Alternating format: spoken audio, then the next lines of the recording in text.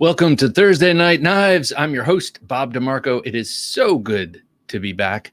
Last week, I was on a little vacay with the family, and I said vacay. I can't stand that. It's like when people say sush instead of sushi. I was on vacation last week with my family, had a great time, got to use that off-grid Grizzly kitchen camp knife to great effect. That's an awesome knife. So yeah, we got the 4th of July coming up here this weekend, as today is July 1st. 4th of July, one of my absolute favorite holidays. My wife and I were talking before what we're going to do. I'm not exactly sure. It's going to involve friends. And best of all, it's going to involve ribs. I love cooking ribs, and I've gotten pretty good at it, if I do say so myself. What is up, Michael? How you doing, sir? Mr. Crazy Sharp with his crazy sharp Kiridashi. I'm going to be showing off in a little while. Hey, Shane, good to have you here, sir. I got home from work today. Hey, David, how's it going? We're doing great here. I got home from work today, and I had 3 boxes. I love days like today. 3 boxes. One of the boxes I'm not going to show. It's just too much. I'm going to show it on the midweek supplemental. And next Thursday night, once I've had a chance to soak it up. Kiefer, how's it going? One of my packages was from you, sir. And I will be showing that off in short order. So yeah, I received 3 boxes today. I'll show you a couple of the things I got. And I'm interested. Did you guys get anything today? Like me? Hey, North Code, great to have you. Ryan, happy Thursday evening. Chris, great to have you here. Mr. Blade Ogre of the Bowie Knives. Did you get anything today? Let me know. Let me know. I'm curious because I got a couple of things, and sweet part is I only paid for 33.33% of what came today. I got a couple of gifts, and I'm very grateful for them. Good evening, Dave. How's it going? Looking sharp. Thank you. That's one of my new 511 shirts. Yes, they are tactical, but you can dress them up. Hag, how's it going? Happy to have you here, Hag 90. I'm sorry, my reading is a little bit off tonight. Did you get anything in the mail? Let me know. NAF Sergeant, great to have you here, sir. What did you get? And let me know. Ben is here. How goes the world? It's going great, man.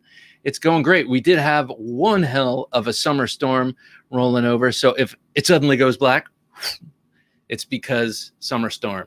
It's happened before. Hey, Nick, how's it going? Caleb, great to have you here. Okay. All right. Hey, Quack. Wonderful, as always. James, good old James, great to have you here, sir. Thanks for the comments.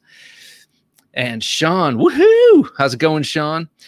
What did you get today, Sean? I know all of you guys have gotten something today. I want to know what it is. Happy to get in the deadlock drop. Oh. Are we talking about Hawk knives out the front, Caleb? Oh, my God. That thing is just so gorgeous. The best looking version of that knife so far, I would have to say. But I know it's not all about looks. Probably has the least rattle, too. I just got a Native Chief in S90V. Shane, awesome. I love the Native Chief, and kind of wish I didn't get rid of mine. You know, that was one of those sell it to get something else sales out for so long. I was like, they need to make a Native in my size range, you know, that 4-inch sweet spot size range. They finally did it. I bought it, loved it, got rid of it. I was half terrified to carry it though because of that tip, and you know me with tips.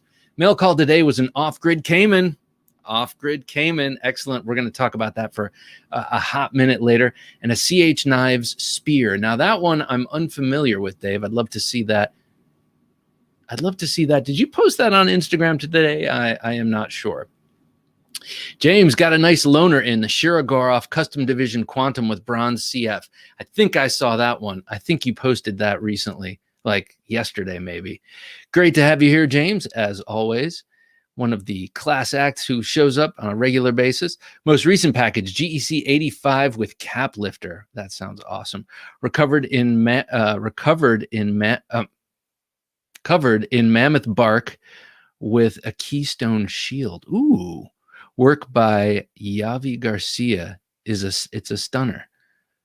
Javi Garcia. Oh my God. That sounds awesome. An 85 with cap lifter and mammoth. I love mammoth. And Ben has been posting a lot of cool shots of his prototypes with all of their accoutrement and the things that are sort of what do you call it, support products. Very cool. I like those shots. Jared, great to have you here. Hello, fellow knife junkies. Hello, Jared. It is awesome to have you here. WM Steelworks. I have this beautiful Merlin close at hand. Thank you, my good friend. I really appreciate that. This knife we featured on the midweek supplemental. I'm going to talk about it a little more shortly. I really dig this knife. Recovered equals had the covers replaced. Recovered. I got it. By Javi Garcia. Got it. Is it Javi? Is that how you pronounce it? All right. Recovered. I thought for a second there that maybe your fat thumbs hit the R and the E by accident. But wow, that's cool. I've never had a slip joint recovered, but when I had Nick Timpson of Birdvis Knives on, he was talking about that's how he got started making slip joints. And I was like, ooh, can I buy one of these? And he's like, I'm not doing that anymore. So send your slip joints elsewhere, bub. Well, he didn't say that. He was very polite. So, okay, I see a lot of people got some new knives, and I'm talking about new knives I got. And Marcus Williamson, who was just commenting, his knife is one of my new knives. And let me see. This is his card. MW Steelworks. He sent me this to check out. And man, it's an awesome, awesome little pocket knife, pocket fixed blade knife with beautiful Bocote wood. What am I doing? I have a knife cam here. I'll just put it under the knife cam so you can check it out. With two layers of G10, and I think those are micarta scales. Very cool knife. So that was one of the knives I got today, though I didn't get it today, but it became mine today, and I really appreciate that. But what were you carrying? Now I got to know what's in the pocket today.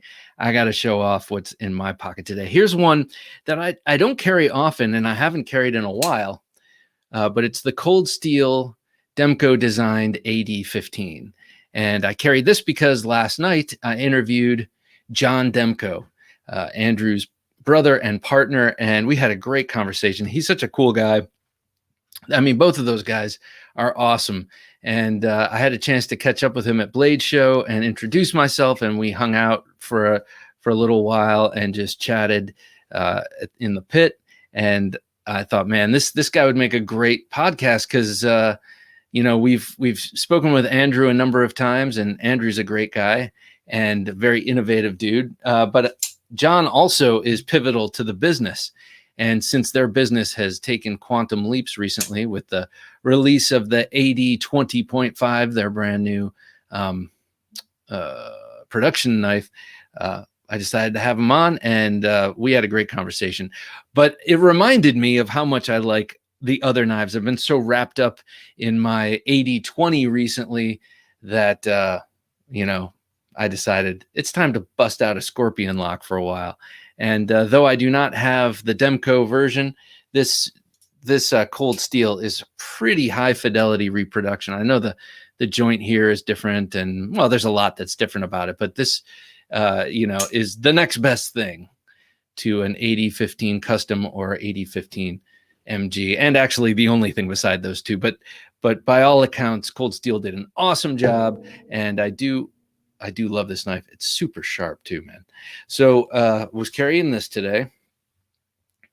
And by the way, I asked about when the AD 20.5 will be coming up, and he gives an answer on that show. So if you can't wait till July 18th, I'll tell you right now, if you're in the market for an AD 20.5, you'll be able to get one in the month of August, the best month of the year. And I bet you can't imagine why I say that. Yes, it's right. That's my birthday month, and it's Jim's birthday month. And you know what? We're going to have a birthday bash in August. We're still working it out. We have to have a lunch meeting about it, as a matter of fact. But we're going to have a little birthday bash because I'm turning the big 50. Jim is turning a new age also. And so we're going to celebrate August, celebrate knives, celebrate each other. Okay, what else was I carrying today? A very unique slip joint. I got this at Blade Show from S&W Metalworks. S&W Metalworks. I was doing a little research today on the web today, and the guy I talked to who sold this to me, very nice dude. He was on Forged in Fire, and the challenge knife was one of those African throwing knives. That's why he has it in his logo. But this is a really cool slip joint. I saw that Slicey Dicey did a review of this maybe 2 years ago. Very unique slip joint knife. The slip joint part is actually carved into the blade. You have the spring right there, and it locks into, not locks into place, but fits into place in that notch. And it's quite a stout non-locking lock. You know what I'm saying? It locks open pretty nicely for a non-locking knife. The handle is one piece of bent steel, mild steel, and then it's Cerakoted purple and black, as you can see. I rarely carry this since I've gotten it. It's been more of a dresser knife. It kind of sits on my dresser in my bedroom, and when I need a knife and I'm right there and there's no other knife, this is one I've been using, and that's kind of how it is in my house. There are knives, strategically placed everywhere. So if I don't feel like using what's in my pocket, or maybe I don't have one in my pocket, which almost never happens, I reach for whatever's right there. And this is one of those knives. It's my dresser knife. Great sharp. This is 1095 steel, also Cerakoted, and just a great little knife. And like I said, I don't carry it often. It is kind of heavy, as you could tell from that, as you might surmise from that slab of steel that's bent into an integral handle, if you will. It's kind of integral, right? All right, so I carried these two today, kind of two heavy knives, and I decided, I got to carry a fixed blade because that's been my thing recently. So, it happens periodically, mostly in the winter and in the summer when I can wear untucked shirts or sweaters or whatever to cover the handle, because I like to carry it in tip down, right-hand side, edge out. 3 o'clock, smash the like button. Smash, just like the kids say. So today I was carrying this Spyderco Ronin. This is such a cool knife. The Spyderco Ronin is the fixed-bladed version of the vaunted and celebrated Yojimbo 2 Yojumbo family. And it really took me by surprise when I pulled it out of the box. This was a gift, or not a gift, a review copy sent to me by Michael Janich. And I really appreciate it. I love his knife, and I have no problem telling him. And I sort of shamelessly said, when I was talking to him at Blade Show, gee whiz, I love the Yojimbo. I love the Yojumbo. The one I've never experienced, though, is the Ronin. And he's like, let's see if we can remedy that. And he did indeed. And I appreciate that. This took me by surprise in how thin it is. It is so gloriously thin. And I say glorious because, if you're carrying a fixed blade all day long in the waistband, kind of right up against your body in a somewhat stashed position. I don't want to say stashed. It makes it sound illegal. But, it's not readily visible. It's visible if you look for it. Thin, especially in the handle, is great. So this thing is very comfortable to carry. The handle, I'm gonna split hairs right now. The handle is very comfortable because it's so thin and it lays flat against my body. Now, the one issue I have with the knife is not with the knife at all. By the way, this is very thinly hollow ground BD1 steel, CTS BD1N steel. I'm not sure what the N stands for. Made in Taiwan, Taipei, Taiwan. My one issue is the sheath. The sheath is just a bit broad. Now, if you look at this thing, it was explained to me why this and the Street Bowie sheath and others are so big pancakes. I mean, pancake sheath is two pieces of this kind of molded plastic put together. A taco is when it's one piece folded over. I prefer the taco. It's more discreet. But you can get a pancake sheath like this with less surface area, less, just less surface area, but there's a reason, and I can't remember exactly what it is. If I continue to use this one, I will shave off some of the sides. There's plenty of room. There's like a 1/4 inch all the way around the grommets. You could reduce that by half and reduce some of the footprint of this thing. But I will probably make a taco sheath for this, taco style sheath, and get a discrete carry concept metal clip for it. But just so you know, here, let me just show you real quick a comparison. Here it is with the Yojimbo and the Yojimbo. So the Yojimbo up top and the Yojimbo down below. So it's kind of right in the middle in terms of blade size. Look, isn't that a handsome family portrait? Handsome and menacing. I love it. I love it. So what were you guys carrying today? Let me know. I got to know. Prying eyes, inquiring minds. We want to know. I always get a little bit of a vicarious thrill out of finding out what everyone else is carrying because, well, I don't usually have much of it. The Togata, awesome. The Reich 802, can't remember which one that is, and Defcon TD1001. Now, I don't know what that is, but I know the Defcon knives are pretty cool, and I don't know that model. But Sean, it sounds like you were very, very well covered today. I like that. It's like a knife, keys, wallet, knife, other knife, tertiary knife. I like it. James says, hi, got a nice loaner in. Oh, okay. So you were carrying the custom division quantum with bronze carbon fiber. And I'm not surprised. That sounds super awesome. I have never, ever held or actuated a Shirogorov. And I got to say, I'm a little embarrassed to say so. I'm a little embarrassed. Hey, Mike, great to have you here. You had a Benchmade 630 and 635 skirmish and mini skirmish. I love the skirmish. That's one of those classic legendary knives that, well, actually, the skirmish is no longer, right? They're not making that anymore. And that fits in perfectly to tonight's topic of discussion, which we'll get to shortly, which is what discontinued knives out there would you like to see return? And that is one that I would love to see return. Except, isn't that tip down only? That would be nice if they changed it, if they brought it back. The Thule and the Rocot M390 on today. On. I like it. On. Yes, sometimes it carries... Wait a second, Sean. Didn't you just say you had 3 different knives? Or am I flashing weird? Sean, from your little picture here, you look like the guy that I learned Jeet Kune Do and Kali from in New York City. Very cool. Hello, fellow knife junkies. Jared, awesome to have you here, Mr. Strasbach. Hag 90 had an SR11 and nice, and a BF1CT. What's that? BF1CT. Not sure what that is. Some nice carry, guys. I'm liking it. And I also like seeing the multiple models, multiple ProTech integrity, says Mike. Nice. Is that an automatic? I say nice, but now I can't think of what an integrity looks like. I'm assuming, though, I'm going to go with the assumption that ProTech, it's probably an awesome out the side automatic.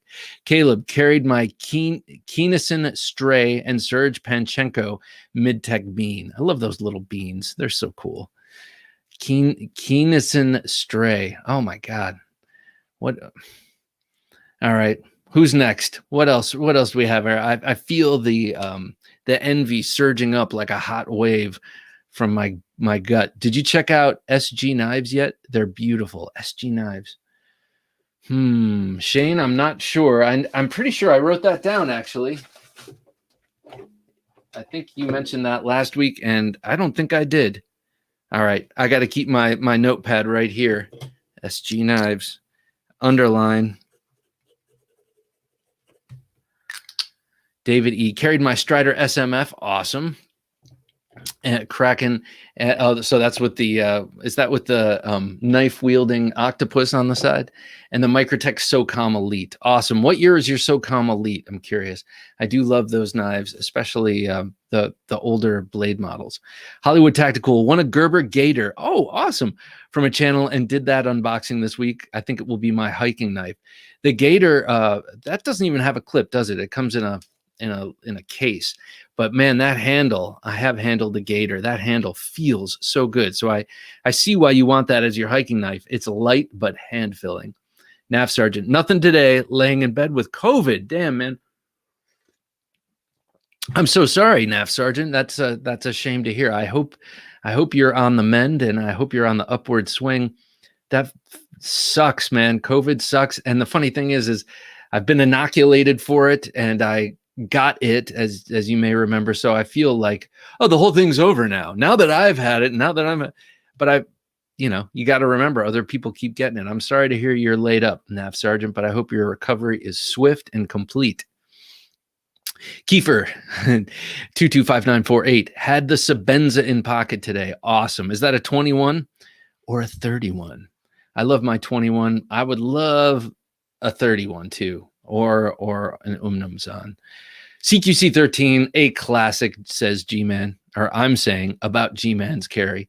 I love me a CQC 13 and a para 3. So I like that.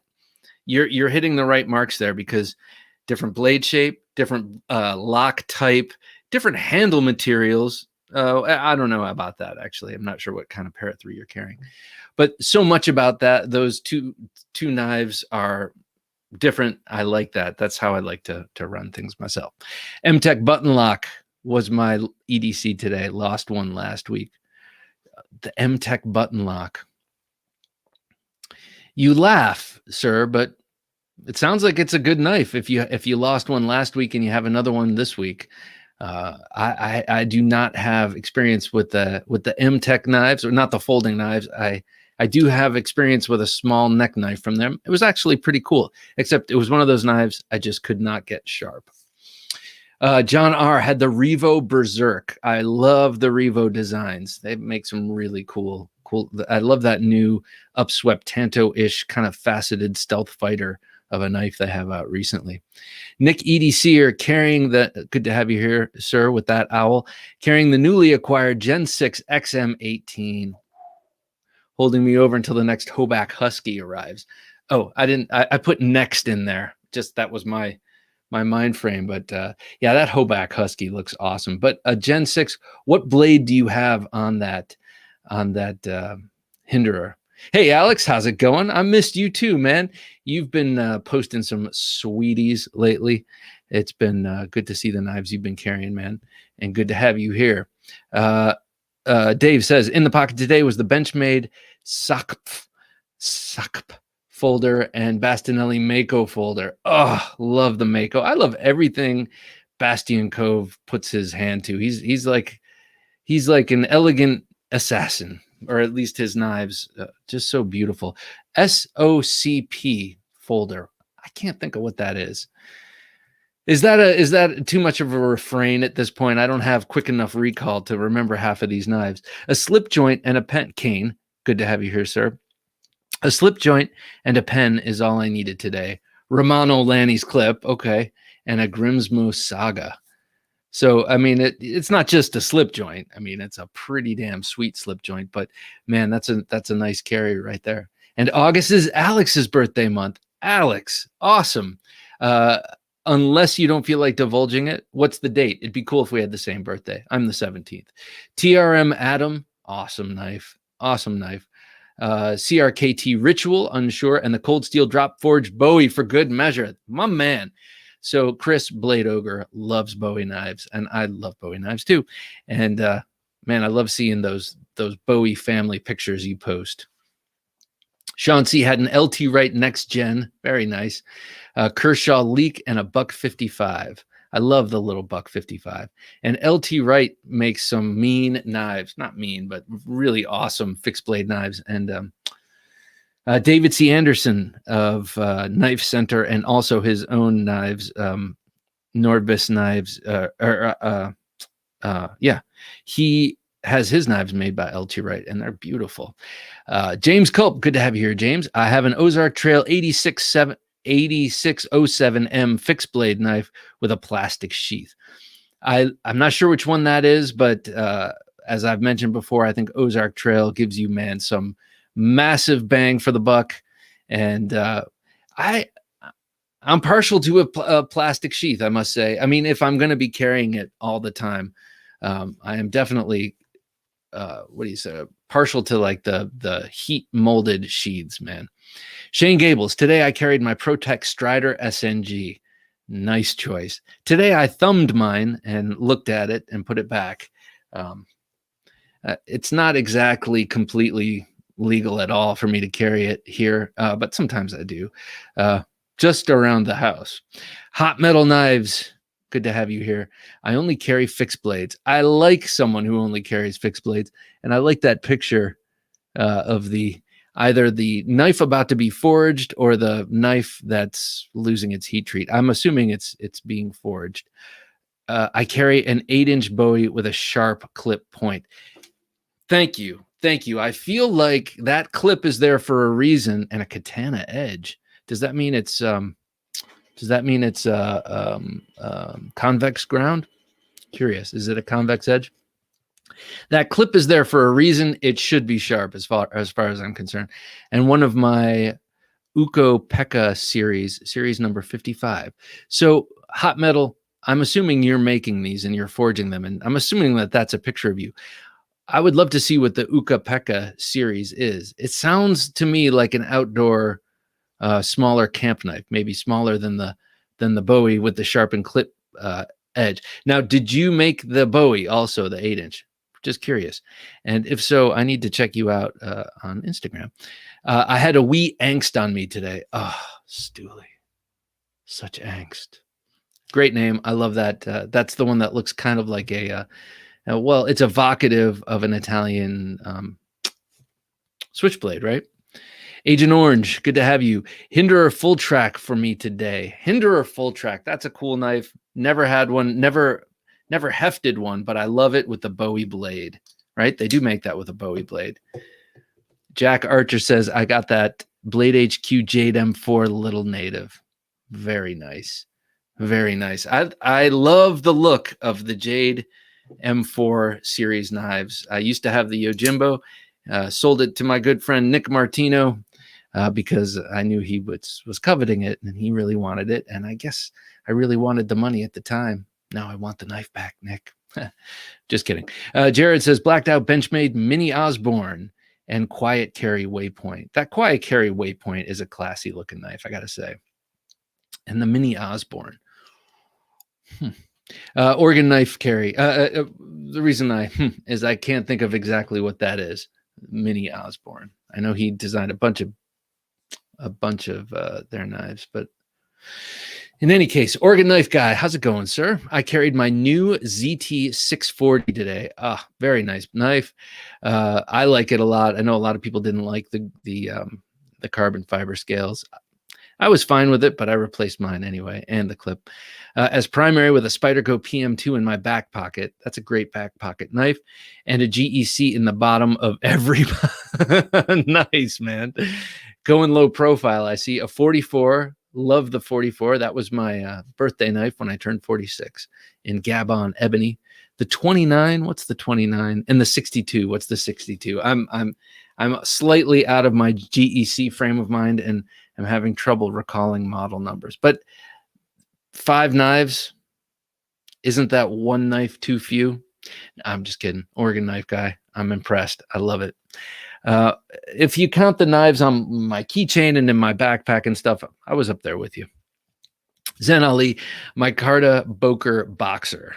Micarta Boker Boxer. Zen Ali. Oh, well, Zen Ali, good to have you here, sir. I met you. And it was great meeting you over at the TRM. But what is the Boker Boxer? You know what I need? I need an iPad so I can just and see everything you guys are talking about.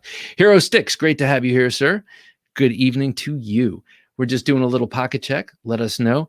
As these pocket checks roll in, I want to show another knife that was gifted to me today.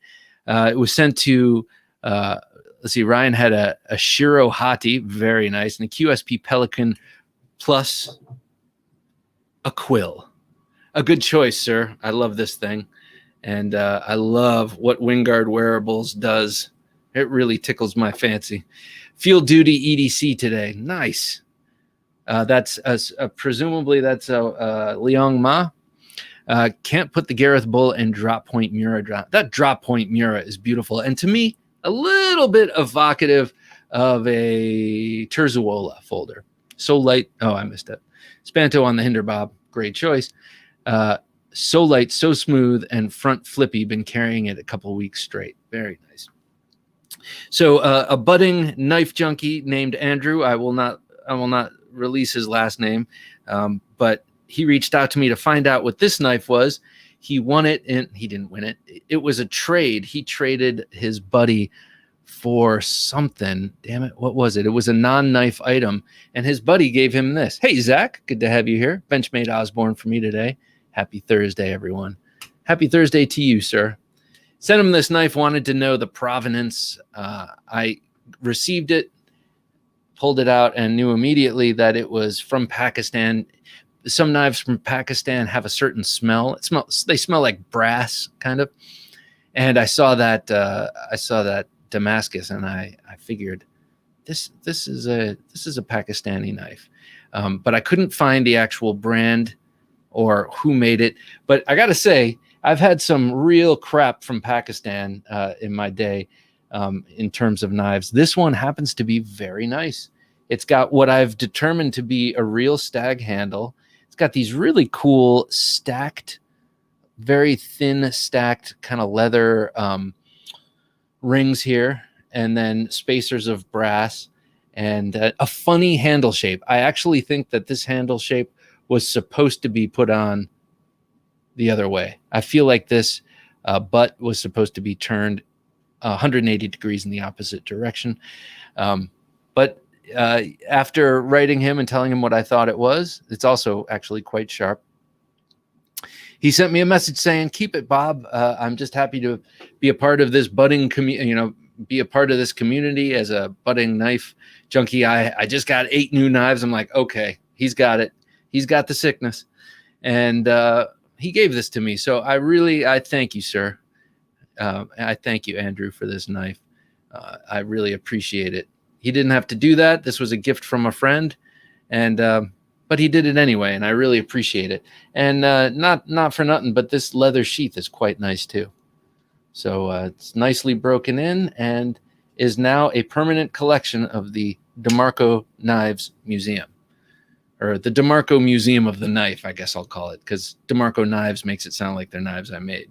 So thank you, Andrew. It's greatly appreciated, and it will take a place of honor as actually one of my only Damascus knives. Here's the other one. My mom got this for me in 2009. She got my brother one too.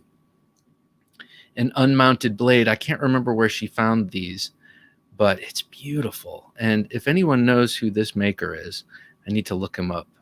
Presumably he's a him. Mickey. Anyway, gorgeous knife. I need to find someone to mount this. I see the handle being kind of like a Puko handle, but I don't know. I've been putting it off for 12 years now, so I got to find someone to do this. Maybe now is the time, now that I know the most amount of knife makers I ever have. The SOCP is the Greg Thompson folding version. Oh, of the ring dagger. Okay. Okay. I knew it. That's what I was thinking. And then when you said folder, it kind of left me. Part of his Special Operations Combatives program. And if you know Dave, this old sword, he knows what he's talking about when he talks about combatives, being a student of Kali, not just a student of Kali, but kind of a master of Kali for years, training under some of the best. And, which I would assume he is one of the best. And what an awesome knife collection he has. Michael Emler, I'm sitting in my new garage shop watching this and petting the neighbor's cat. Like, where are you putting that neighbor's cat? Well, it's great to have you here, sir. It was really nice. Yeah, autocorrect. Really nice to see you moving into your house and seeing all of the I don't know, the joy of getting a new spot. I know what that's like, especially when you go from one place to a bigger place and you have some property attached to it. That's awesome. Congratulations on your new spot. Trevor Berger, LEXK today. Trevor Berger, I know Trevor Berger, but the LEXK, don't know what that is. I have a feeling it's sweet and kind of slightly above my pay grade, but not forever. I'm coming after you. Trevor Berger. That new We Civivi mystery box offer has me really wanting to buy the Arrakis. That's beautiful, if a bit strange. Knife I've had my eye on for quite a while. That Arrakis, that's an Elijah Isham, I was about to say looking knife, designed knife, and man, that is a cool thing. It's like the kind of knife one of those an alien would carry. But I mean like the alien with the secondary mouth. You know what I'm talking about. Oregon Knife Guy, stock 29 is the Stockyard Whittler, and the 62 is the Easy Pocket Congress. Oh, okay. I have the 62. And by easy, that's the 2-blade, right? I think. I have the one in the unicorn ivory bone, which just tickles me pink. Love it. Ring baiting, Bing grading. Hello, good to have you here, sir. Sorry, your name did not roll off my tongue that time. I rotate between the teal S90V Native 5 and the 20CV Delica 4. Ooh, 20CV Delica 4. That sounds nice. Both of them have been reliable for me at work in the last few months, and the 20CV must have been done well because the edge lasts forever. Ring, tell me what kind of chores or what kind of activities you use these knives for at work. I'm curious. I have a job that doesn't require knives, and I carry plenty of them there.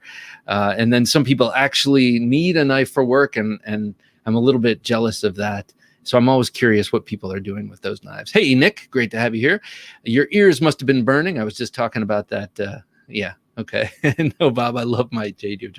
You heard what I was talking about. Okay, good to have you here, sir. Zen says, Boker Boxer is a collaboration with French custom knifer, French custom maker, Raphael Durand. Okay, I'm going to have to look that up. Where is it? Here it is. Got my list. Speaking of Boker, I love the Gadradis designed Smatch It. I know Dave has one of those. Boker Boxer. Okay. Garen says, first of all, hello, Garen. Great to have you here.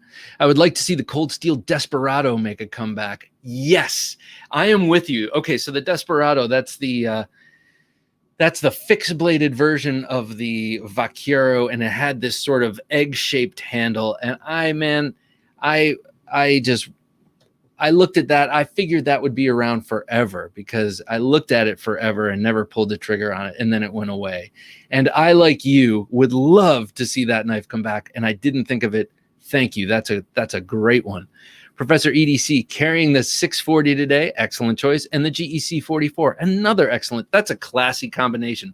Although that's 2 clip points, I'll give you a pass. You're welcome. Just kidding. Hero Stick. Zen Ali just checked out that Boker Duran collab. Looks sweet. Love that. See that? That's community. That's community happening right now. Got my Pena Mini Diesel today. Sweet. And I'm saying sweet too. That's Mr. G in Vermont.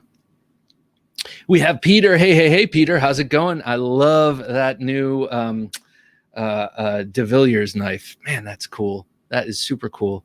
Mike says, I can't stick around too long, but my input on discontinued knives, I wish you were still around. Cold Steel AK-47. AK-47. Well, Mike, while you're still here, I'm going to show off this knife. This is, I'm jumping ahead a bit, and I'll come back. But since we have Mike, I want to show this knife that Mike sent me. It is super awesome. And I showed it on the midweek supplemental, but it deserves another turn. And I'm going to do a close-up video on it. You know Mike Emler. He designs knives like the Sea Snake and others. He makes knives. and he is known for his sharpening. Now he did the modding work on my Spidey Chef. He turned it into a clip point, which I love. Kind of a modified. What isn't a modified? Kind of a more of a sax, I guess. And then sharpen the edge. That was another knife that I don't know. I just could not get it sharp. And he made it a razor in his traditional stone technique. Anyway, he has made this and others just like it, Kiridashi. And this little sucker is very sharp. Well, you might say it's crazy sharp. It comes in, first of all, it comes in the sheath. And on the midweek supplemental, I could not remember who made it.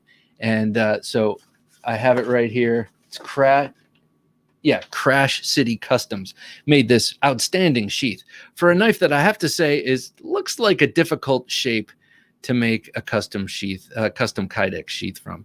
But Crash City Customs did an awesome job on it.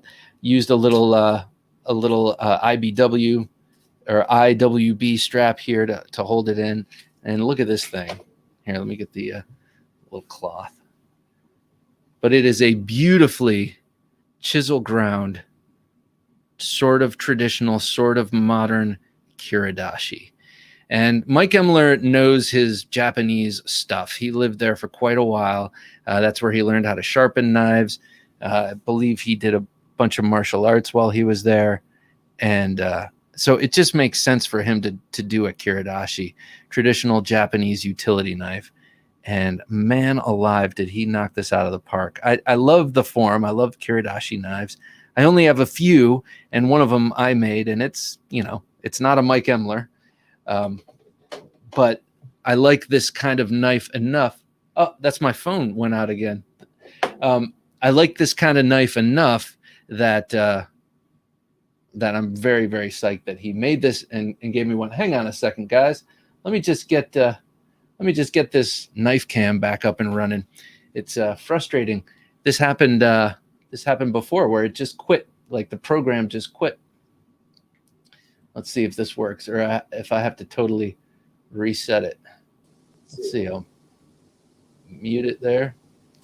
Hang on one sec. Talk amongst yourselves, guys. Yeah. You don't want to see that view of me. For sure, you do not want to see that view of me. All right. So, camera, front, back. All right, here we go. Sorry about that. Not sure why it's been doing that, but it's a bit frustrating. But these are not issues we cannot handle on the fly. So I was perseverating on Mike's Kiridashi. I'm not sure, Mike. If hopefully you haven't left yet, if you could just comment and let us know, is this available or am I special? Because I think people would love to have this. This is a easy to drop in your pocket kind of knife.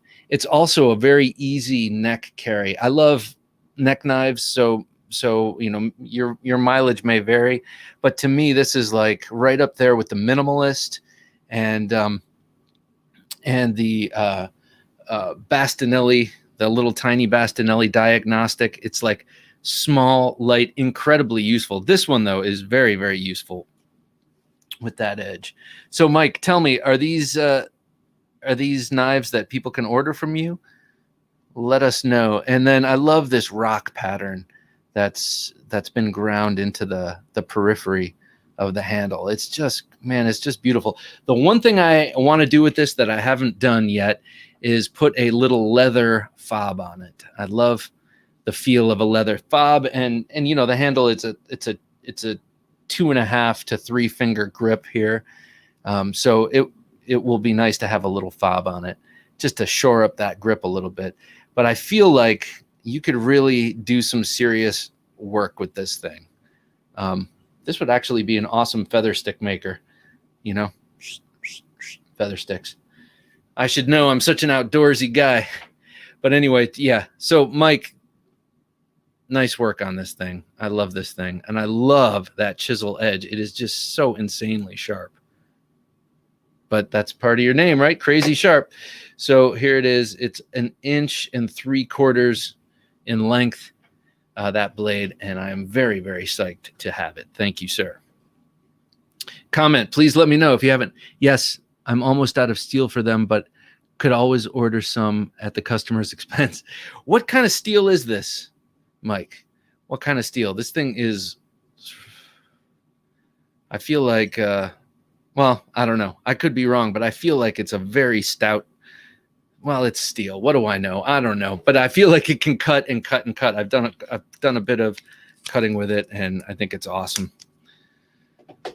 All right, so Bob got a run as well, but would like to see Bastinelli bring back the big Dragotac. In fact, I hear he might very well be doing so. Well, that would be awesome.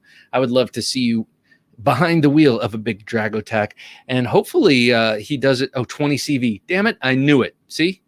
That's intuition. I knew it. 20 CV on that. I hope if Bastinelli brings back the big Dragotac, he does the contoured scale again. Mine does not have that, but I think it's pretty awesome. I would love to see a fully serrated Mas Ayub come back, preferably an FRN this time. So Masad Ayub, he's a tactical shooting genius, I guess, and an all-around tactics guy. He had one knife with MOD and one knife, I believe, with Spyderco, and I think that's the one you're talking about, the Spyderco version. That would be cool. The Mas Ayub has a cool blade shape, and you know me, a lot is about looks and how tactical something is, and Masad Ayub is about as tactical as they come. Knife I would love to see return is the Spyderco Domino. Such a wonderful, wonderful knife. Still one of my favorite Spydercos. Never had one, but man, they really received a lot of kudos. I hate that word. Reminds me of that cheesy chocolate bar from the 90s.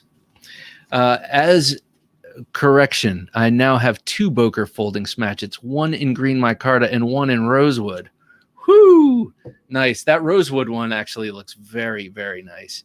And it's also evocative of a World War II era walnut handle beater, you know, beater in the military sense, like you're taking it out into the jungle.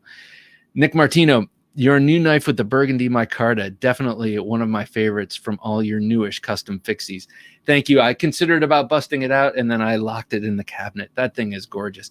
I've been showing it off a lot. I carried it yesterday and carried it on Wednesday.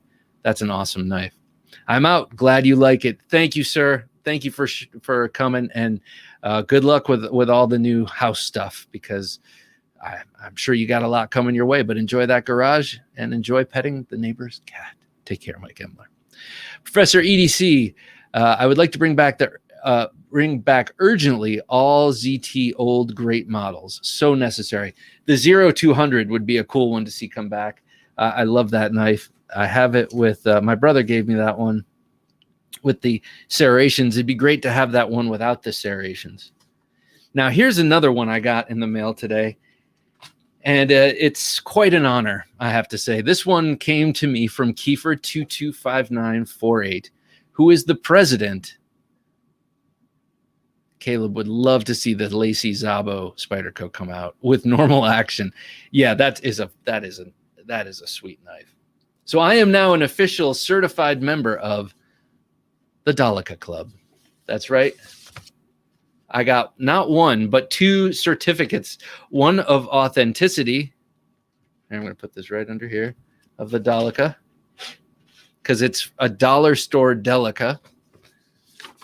And then a certificate of membership from Kiefer. He is a class act. Look at this. Here, I'm going to put this paper under here so you can check this out. This isn't just here. I'm going to send you this knife I think is cool and that all the cool kids have, but I am going to actually make you an official member of this club. This certifies that the Knife Junkie is an official member of the Delica Club, awarded this day of June 2021. Signed by Kiefer, the president. Thank you so much, sir. And then this certificate of authenticity, just in case, you were worried that this was a knockoff Delica.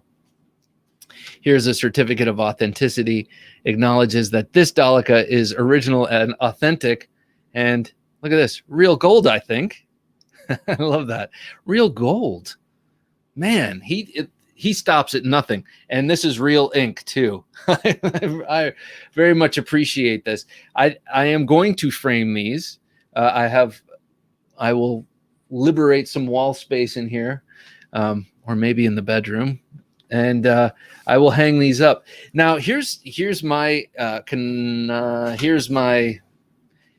a problem I have, is that I don't know if I should leave it in the case or not.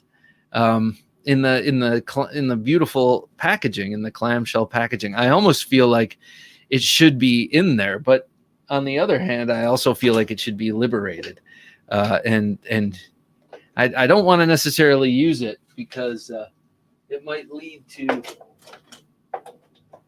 lead to issues. Now he also sent a replacement thumb stud for when this one falls out, a little brass one. And it will weight the knife down quite a bit when I put that on. I put it over here in my little box of things, and I just have to fish it out. But it also came with a Band-Aid and 2 Band-Aids, and I'm honored. Hardest EDC, first of all, good to have you here, sir. Says I should leave it. I think I kind of should leave it too, almost as if like it should all go in one shadow box frame. You know what I mean? I've got the Delica clone. You should not do that, Shane. Come on, man. Clones really mess up this industry. What about the guy who designed the Delica? Don't you think he hurts a little bit every time that money is pulled from his pocket? Nick, oh no, you won't be able to literally cut any. Okay, well, okay, I know that's the danger. So maybe I do leave it in and frame these as well. Kiefer, thank you so much, sir. It's greatly appreciated. I after you brought this up in the comments a few weeks back, and then you reminded me of what it was, I remember seeing Nick Shabazz and also Slicey's videos on it, and I felt honored, man. That's good company to be keeping. So thank you so much. All jokes aside, I appreciate it, man. Those are the kind of things that make my day. I mean, it cracked me up when I opened this up, and I love it. So thank you. I appreciate it. So a lot of stuff came in today. A lot of stuff. Something that came in a couple weeks back, I've been using a lot. I've been carrying this thing quite a bit, I have to say. And that is, and we had Carrie on the show 2 weeks ago, but my off-grid Cayman. I love this thing. Look at that knife. I mean, what I was going to say is look at that blade. That blade is so cool. That Bowie-shaped blade really does look like a Cayman. They are a small crocodilian animal, small relative to, like Australian crocodiles or whatever. You see them in the Pantanal in Brazil, and you see them in, I guess in lots of different wet South American environments. They have these long, thin snouts, and this is kind of looks like it, man. But I've been carrying it a lot. This has been like, I'll just bring it in the car and fidget with it, and then it goes in my pocket along with everything else and comes into work. And I've been using this for a lot of cutting. When I say a lot, I don't actually do a lot of cutting, but when I opened up these boxes, I used this, and this has cut several bagels. You can see a little bit of gunk. I haven't fished out of the G10 here. This knife is awesome. Keith is a great person, says Nick, and I've never met him in person, but I'd have to agree with you. I think that was really cool. Delica, it will not gain value if kept pristine. Huh. Interesting. It's usually the other way around, right? Yeah, you got to show that you used it. So yeah, I really dig this Cayman. I've been using it. It's very handy. Actually, that blade shape is not only insanely aggressive looking, but it's very useful. That point is awesome. And the jimping is great. The grip is great. It's very ergonomic. And actually, this is only a 3.25 inch blade. And I always prefer a little bit longer, but something about the hand filling nature and the width of this thing just gets me. It's very comfortable in hand. And then check this out, in reverse grip, which I know you're going to need it. You're going to need reverse grip with this knife, because let's face it, this is one of those knives that trouble comes searching for it. You know what I mean? It's like guys with big necks. If you have a big neck, you always have someone trying to fight you, is what I've heard from friends with big necks. So that's kind of what this knife is. And you will need that reverse grip, but this reverse grip is perfect. This is what I like on the butt of a handle here. I love this angle, and because when you put your thumb on top, it just locks right over the top and nestles comfortably in that little thing there. That little, what is this, metatarsal or whatever? I don't know what the hell it is, but where your thumb hooks over, feels great. So this Cayman, I think, is an awesome knife. I'm gonna use it a little bit more, and like I thought that this was gonna be not a safe queen by any stretch of the imagination, but the kind of knife that I wasn't going to use. I was just going to appreciate, because it's 3 1/4 inches, and I'm not prone to carry a knife that size too much. But I've been like, it's been coming along with me like a Maine Coon cat, or one of those dogs that can just be off leash all the time. It's just been coming with me in my daily travels, hanging out at the office, sitting on my desk under a piece of paper, of course, so no one sees it. But love this thing. And it's been a great car fidget knife as well. So anyway, check off the Off-Grid Cayman. We have an affiliate link with the guys at Off-Grid. So if this thing does strike your fancy, or my sales pitch for it, not that that's what this is, but I do dig it. We'd love it if you bought it through our affiliate link. But either way, no matter how you buy it, you're still supporting a great knife company. Off-Grid is making some really cool stuff. And, well, I think Carrie's a really cool guy, too. He's going to be on the show in August. Or I'm interviewing him in August. He'll probably be posted in September. All right. Well, so what other knives would you like to see that are discontinued that you'd like to see returned? I think the Desperado so far is my pick of the night, because I love that damn thing. My favorite Off-Grid is the Sea Dog. If you like the Sea Dog, you're going to love the Enforcer XL. This is kind of a similar vibe, except larger than the Sea Dog. It's got that, now I'm going to vomit in my mouth as I say it, but it's got that reverse Tanto blade shape. Or bellied Wharncliffe, which kind of defeats the purpose of saying Wharncliffe. But this thing is awesome. It's a 4-inch bladed knife. This is also one that has been in my car quite a bit. When I was doing my travels last week, when I have a road trip, I always have my SOCOM Elite in pocket. But this thing was in the door, that door pocket of my car, because look at that audaciously large glass breaker here. And just an awesome knife. Big grip, great flipping action. So yeah, if you like the Sea Dog, Shane, you might like the Off-Grid Enforcer XL. Well, I got a couple of other things in today, as you may have guessed, but before I get to them, leave it in the case. They're discontinued now. Really? Well, I'm keeping it until it'll double in value one day to $2. Yeah, that's funny. Yeah, I will do that. It's like my Star Wars action figures that I actually played with back in the 70s and 80s. Yeah, man, I couldn't get squat for them on eBay. I was new and green to eBay. This was way back in early 2000s, and I sold all my Star Wars stuff thinking it would fetch top price, and people are like, yeah, but it's not the box. It needs to be the box with the original gun. I'm like, the original gun? What are you talking about? This gun looks cooler in hand. This is the gun that he picks up after he kills the stormtrooper. Good night, Zen. Great to have you here, sir. You stay safe this week and have an awesome, awesome 4th of July. That's right, sir. Enjoy. The fact that Glassbreaker is removable makes the knife even better. It is? I didn't even think of that. I bet it is. Oh, yeah, it is. I see a little point where you can grab onto it. Blade Ogre says, would love to see the Cold Steel Black Rhino someday. Oh my God, you guys are hitting on all cylinders. That Black Rhino would fit perfectly with my full dress espadas. I would love to see that come back. I'm definitely getting the Enforcer, says Shane Gables. Well, awesome, man. Use our affiliate link or don't. It doesn't matter because it's an awesome knife and you're supporting great people. James says, Bob, I like your exposition on blade shapes, but I'm still not getting any Tantos or recurves or Warncliffs. James.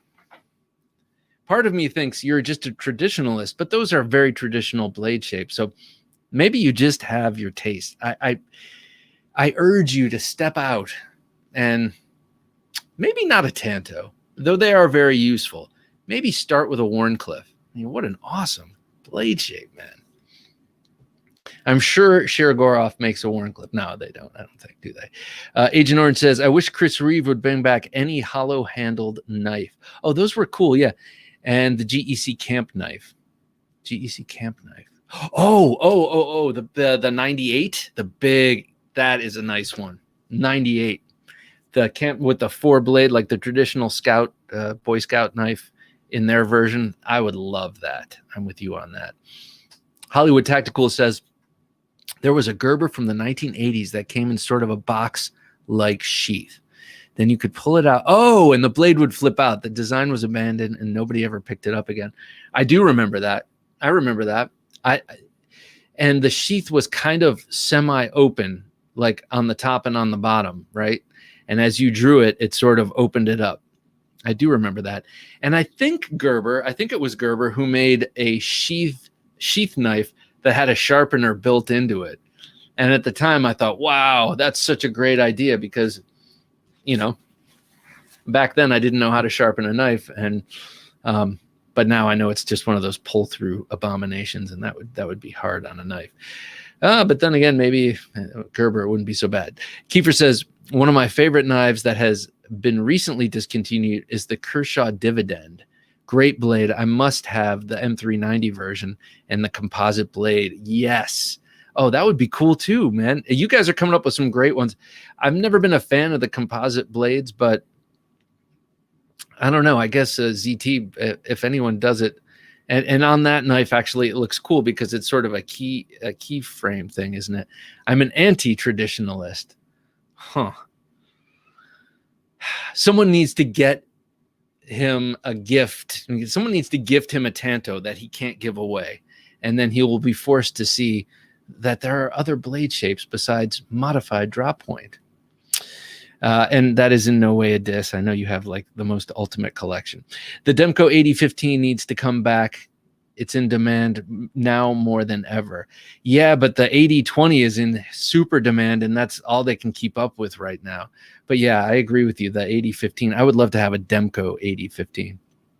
North Code, Ryan says, wish the Bark River Grizzly would come back. Which one's the Grizzly?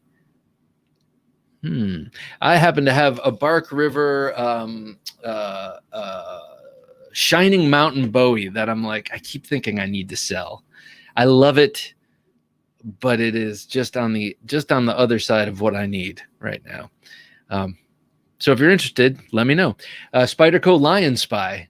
So that's the Lion Steel. Hey, Sudi Desai, great to have you here, sir. Presumably, sir. The Spyderco Lion Spy is cool. It is that classic Lion Steel. What was it? SR11 look. Was that the model? Except with the hump in the hole, the audacious hole in the blade with the hump. I love it. Yes, that was the name of it. Exactly it. That's exactly it. Okay. I remember that knife was kind of a revelation. It was like, what? It opens as you draw it. Now we have the wave and other things that we can run to for that. Hello, Jake. Good to have you here. Do you know Lynn Thompson of Cold Steel? Not personally. No, I know of him, but I don't know him. And actually, I tried to get him on the interview show, and he showed a brief flare up of interest before he dropped me like a hot rock. Kraken Tactical. Hey, Kraken.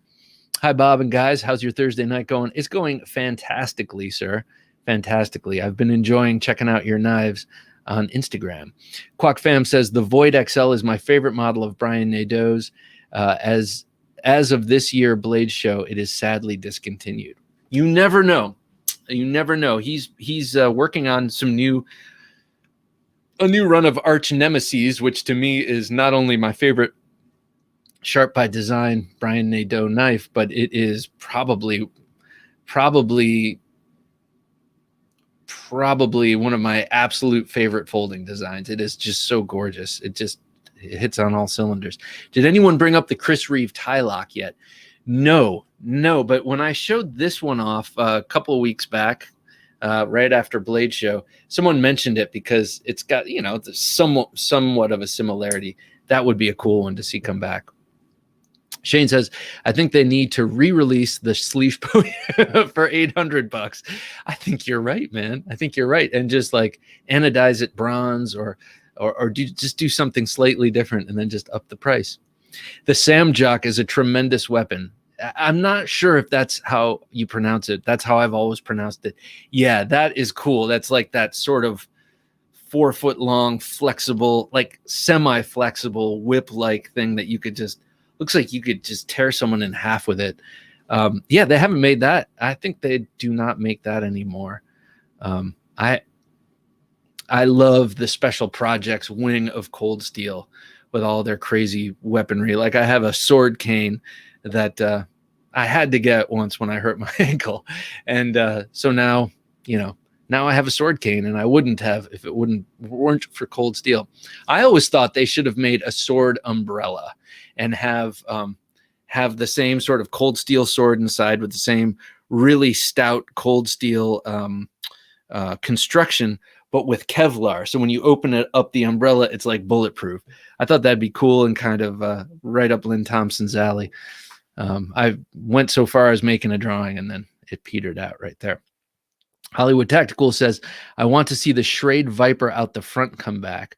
The one that was assisted and came sideways, front flipping out of the... Oh! Wait. Is that the... Yes, So a friend of mine, my good friend Mike, whose birthday party I just went to last weekend, when we were in high school, he had one, and I don't know who made it, and I think it may have been this, but maybe not. And it was like it was a dagger, small dagger, double-edged, I believe. And the blade didn't come out. The cover, there was a cover over it, disappeared when you pressed a button on the butt end. It just went, and then the blade was revealed. But it never, nothing ever moved out. It wasn't like the blade shot out. It was the cover over the blade, came in, revealing the blade. That was cool. Is that the same thing? I'm wondering. Sean C says, I second that for the Bark River Grizzly.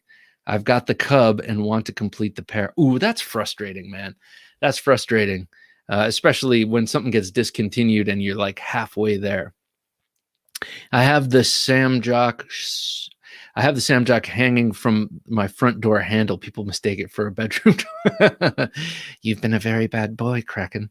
I think that's awesome. That's a perfect place to have it because it's not too lengthy to use in a presumably penned-in area like a front door. I used to have, when I lived in New York, I used to have my Israeli commando knife is what it was called when I got it, but it was in like the Glock field knife screwed to the back of my door if I needed to, but never did, thank God.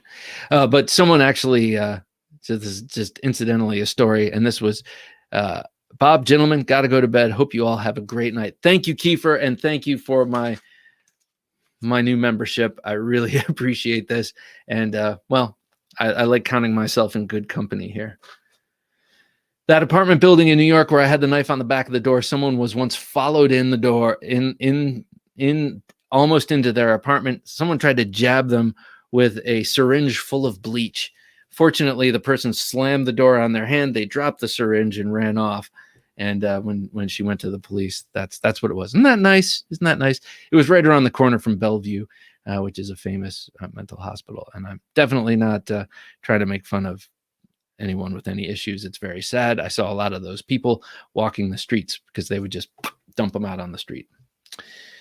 Go find your life. So James says Brian is going to release a production Void that's sized between the original Void XL and the first production Void. That's cool. A production Void. So that'll be through Riot, no doubt, and will be super awesome, no doubt. Poncho, good to have you here. DLT is bringing back the Spyderco Tough. Oh, nice. As an exclusive coming soon. I like the Spyderco Tough a lot, and I'm not sure if Alex is still watching, but I think he has one. And those things are so cool. Reminds me of a kukri, kind of. I was never crazy about all the divots drilled in on the lock side, but one of the few and earliest Spyderco frame locks, and just tough, and that super cool fuller that runs down both sides. Love it. I want to see the CRKT Bob Terzuola TSR rescue knife that had the removable handle scales with a survival kit inside. Ooh, that's cool. That sounds cool. I kind of remember that. Hey, Andrew. Yes, sword umbrella. I'm in. Thank you, Andrew. Thank you, sir. Sword umbrella, plus, you can defend yourself against gunfire, up to AK-47 on my model.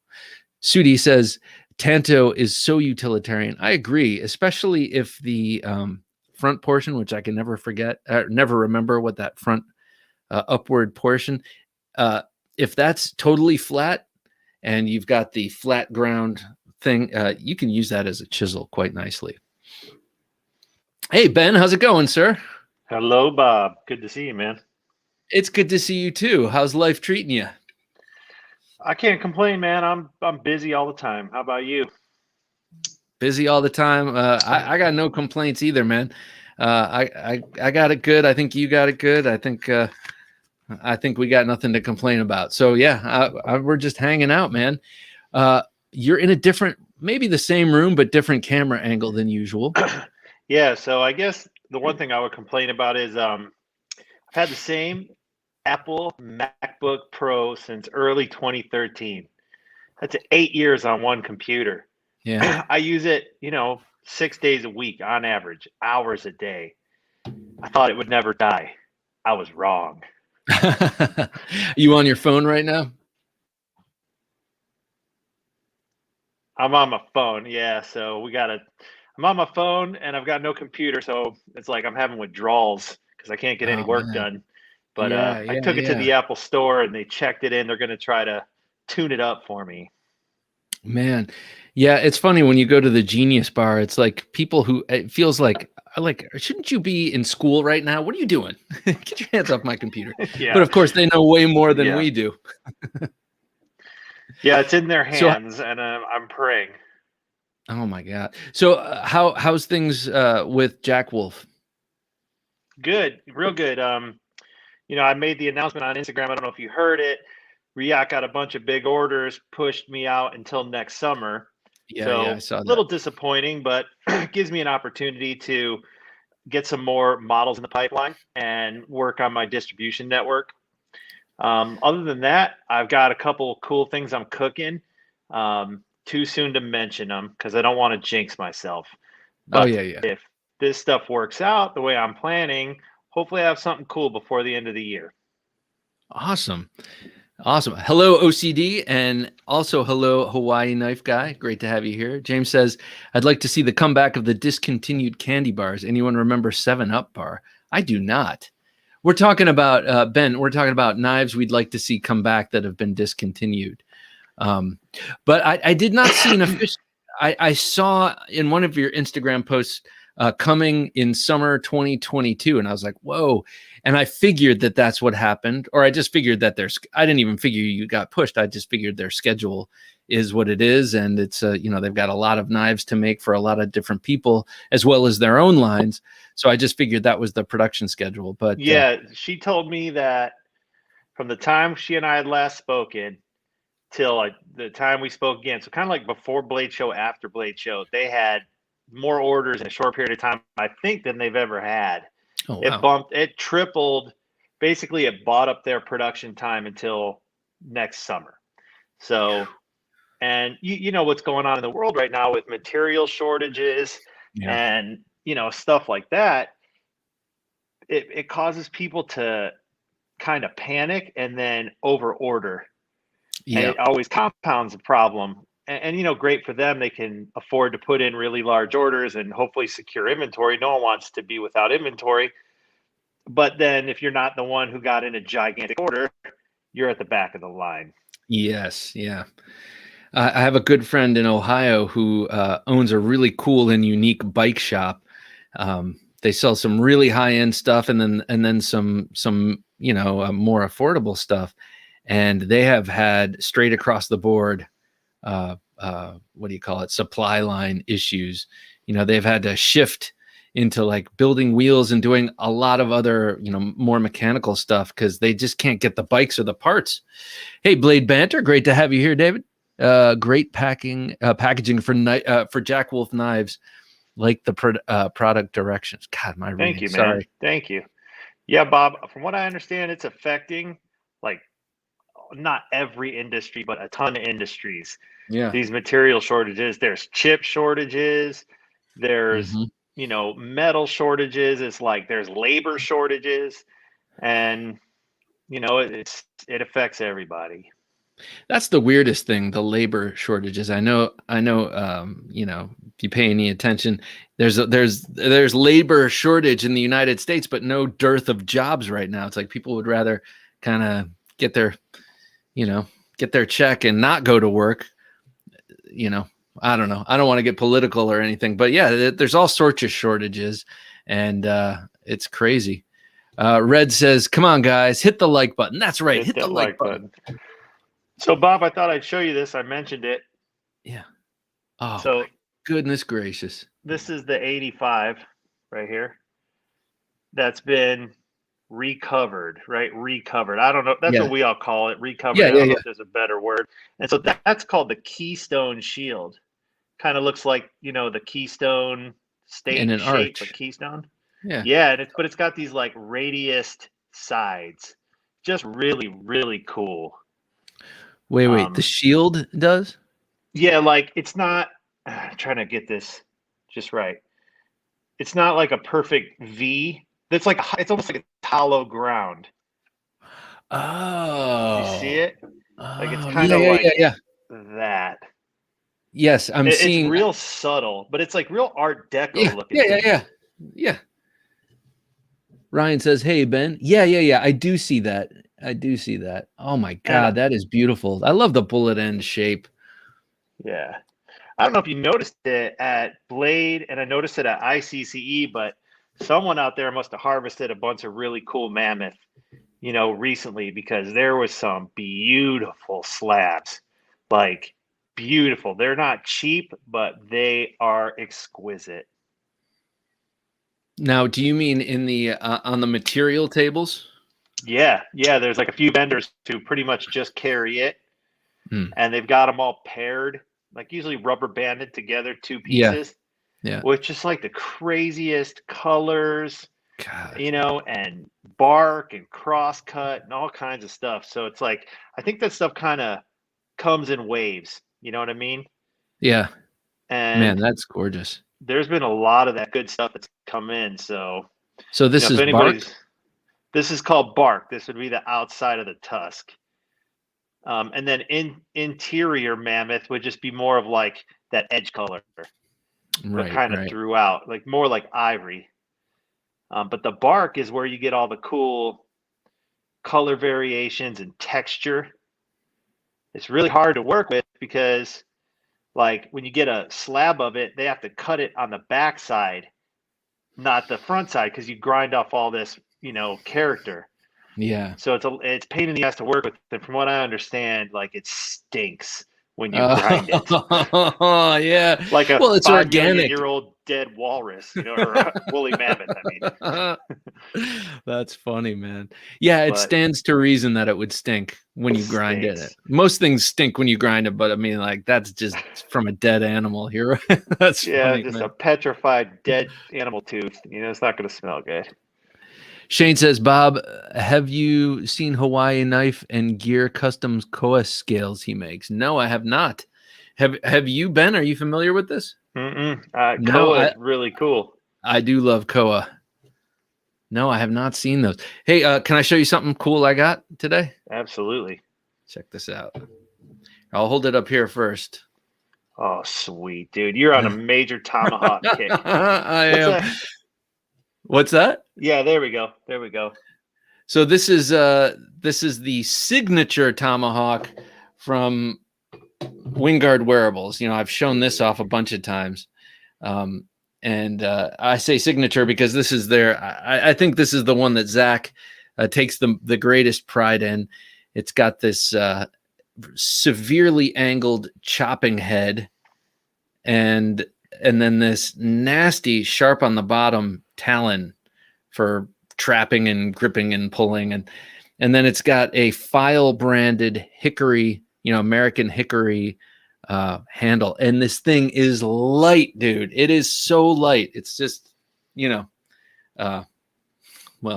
it's very light. It's not meant for breaching doors. It's not meant for throwing. It's not meant for some of the things that tomahawks are used for these days, especially in terms of like the breaching utility stuff where you see a full tang metal tomahawk and their soldiers are using it to break down doors and that kind of thing. Not that kind of tomahawk. This is for, woodland combat with Bowie knife. I mean, this thing is, yeah. And then you can see from this angle, it's got the talon blade in the back is curved so that it can conform to your body. So you can sort of wear it close to your body.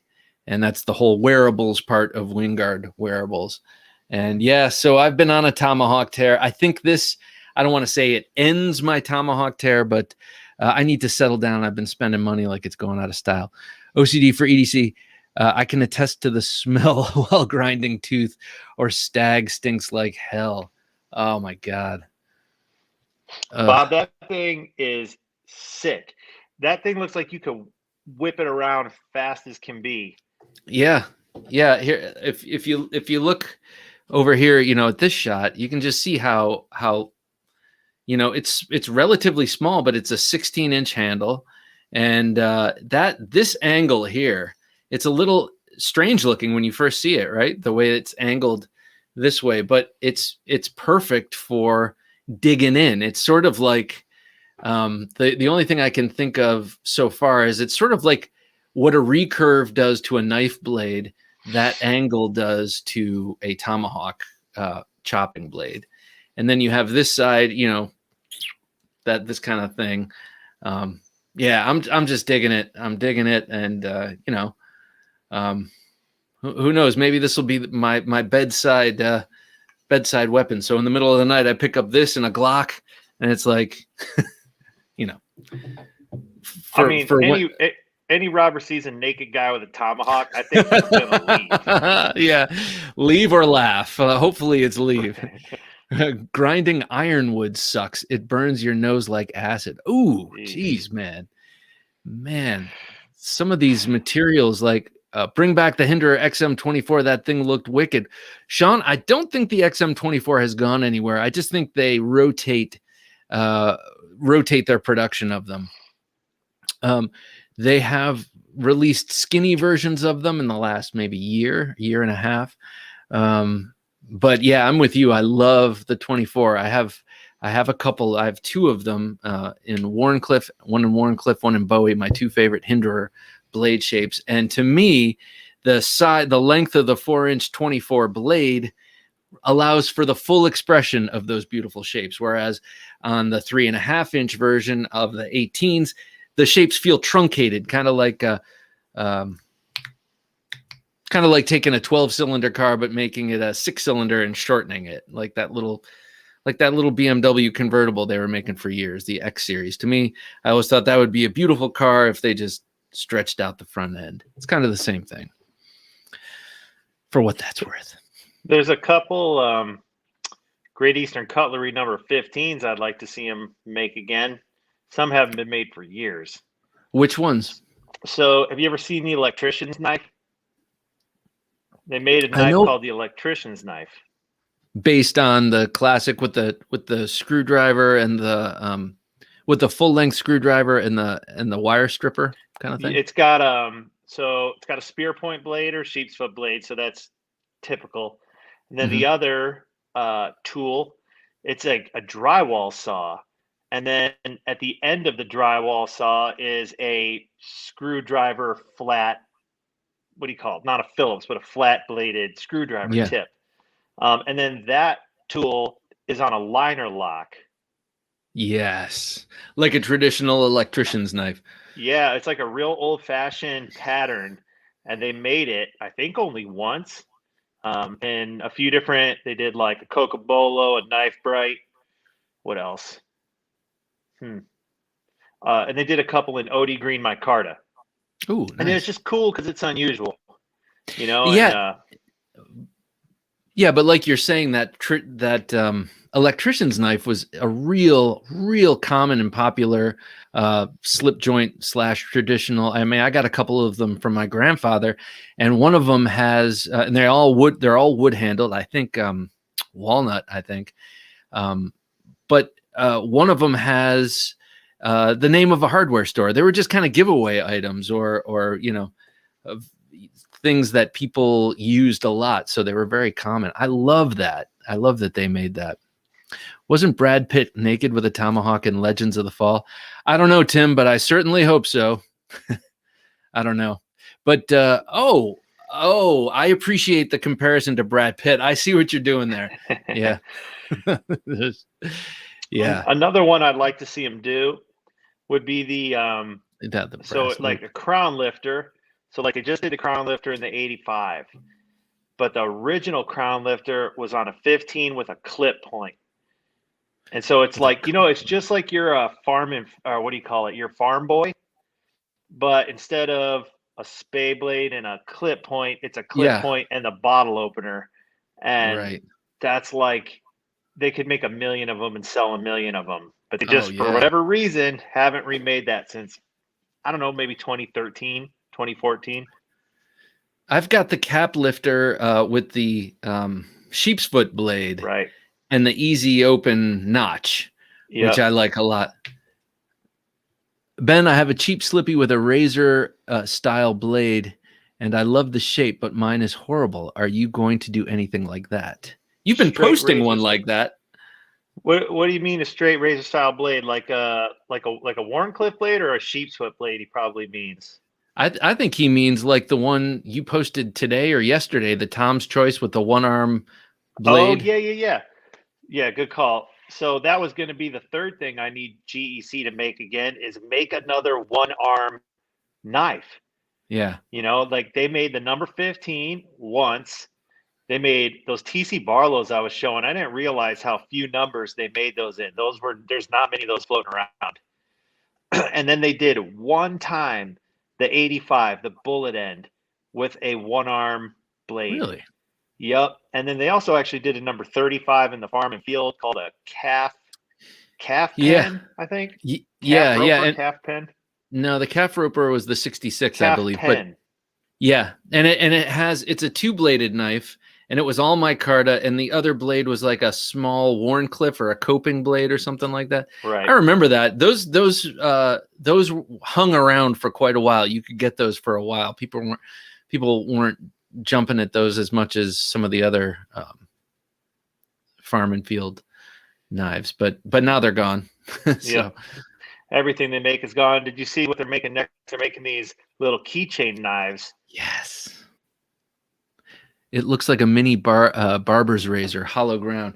Yeah, right. Yeah. So I think he's thinking of the one arm TC Barlow style. Let's see. I have a cheap, like something like this. I have a Rough Rider that's kind of that style, right? Yeah. It's got the one arm notch in the front, but it sort of looks like a straight razor. Mm-hmm. Shane, is that what you're talking about? I presume that's kind of what you're talking about. Well, I'll tell you what, I would love to do a one arm opening variant down the road for sure. It's kind of niche. Not everybody gets it. And they're a little impractical because the little pointed tip on those, at least on those Great Eastern cutleries, man, those things will gouge you something good when you Ooh, reach yeah. in your pocket. So you gotta have it in a slip. You can't just let that one ride naked. Are you talking about this little peak? Yes, Like, on your knife it's nothing, but on those Great right. Eastern cutleries it's like a needle. Yeah. Yeah, Like a it's little bad. gouge. You only make that mistake one time putting that thing in your pocket with no slip. I'll tell you, it gets in like your nail bed and it's just miserable. Oh. Yeah. You were talking about the 82. They made the 82. Is that the number? The bullet end. The bullet end, this one. Yeah. How big is that? I can't The tell just from looking at it in your hand. 3 3/4, maybe So 3.78, 3.75. So yeah, it's not big. okay. It's right in the sweet spot. I think most slip joint guys would agree. Okay. So that's slightly larger than the 15 then? Yeah, Boys? about a 1/4 inch longer Okay. with the fat spear. Oh, I like that fat spear. It's cool, right? And then this That's is probably beautiful. one of the coolest blade etches. Let's see if I can catch it. It's got, let's see if we can get it. Oh yeah. There's like a bottle cap and like a clown or something. And they won't, I can't get it to focus, but they're like tight-lipped on where that comes from Oh at Great really? Eastern. Yeah, and it's like, as far as I know, kind of a mystery where Huh. that originates. Hey, so how was your time there? Last time we Oh spoke to you on man, this show, you were just pulling up. it was so cool, Bob. Like, so I guess there's a lot I can say, but the thing that really impressed me was that it's this really interesting slice of Americana that's super authentic. And you can't like recreate it. You know, like you go to Disneyland and they recreate stuff to try to give you an experience. Like you can't Yeah. recreate what's there. It became Hmm. what it is organically over time. That place, it exist there and it will die there. You know, they Hmm. can't expand, they can't move, you can't reproduce what they've got going on there. It's just a part of that community. They've got community-based labor, they've got skills that have been handed down, you know, over the generations of knife making there. The machines are old as the hills, and it's not even easy to get in and out of there, you know. And it's like this, like we gotta appreciate this while we have it, because like Bill won't live forever. He doesn't want to do it forever. And if his son won't take over, I don't know who will. His son's my age. I think he's maybe a year or two younger than me. And he runs that place with his dad. And I didn't talk to him about, are you going to run this place when your dad retires? Because I'm sure everybody bugs him about that. Yeah. But my observation is, dude, if you don't do it, then this place is going to close. Oh So man. it's just very authentic. The owner, Bill, is like really interesting. You know, he's extremely not generous. He fed us all this big like meal at this picnic. There's a lot of time to just socialize with everyone. More than anything, it's a social trip. A chance to get to meet people you've known online for a long time, and a chance to meet new people. And of course, you're all there for the same reason: you love slip joint knives.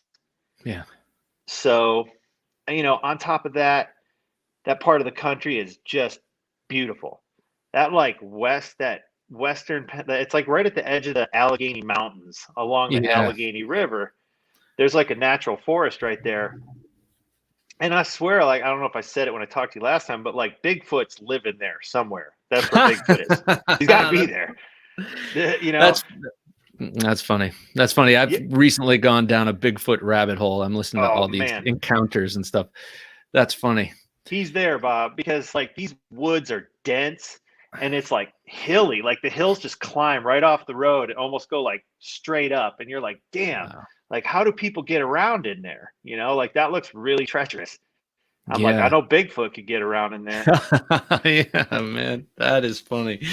Yeah, I love when I drive from where I live to where I grew up, you know, from Virginia to Ohio. Of course, I drive through a huge stretch of Pennsylvania, and I love driving through Pennsylvania, especially the the mountains there. You know, if you take the Pennsylvania Turnpike through there, it's just, man, it's beautiful.